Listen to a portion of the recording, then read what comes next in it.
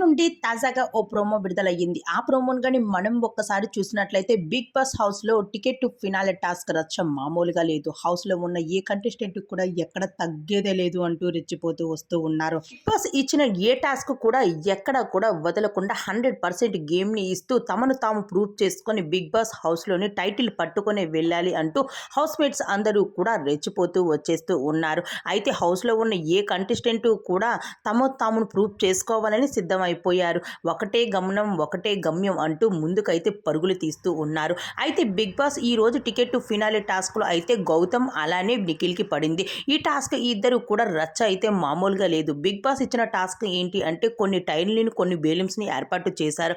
అయితే 'big boss' ఇచ్చిన దాని మీద నుంచి గెంతి అవతల సైడు ఏ టీమ్‌కైతే yellow colour, red colour 2 colour బాల్స్‌ని అయితే అరేంజ్ చేయాల్సి ఉంటది.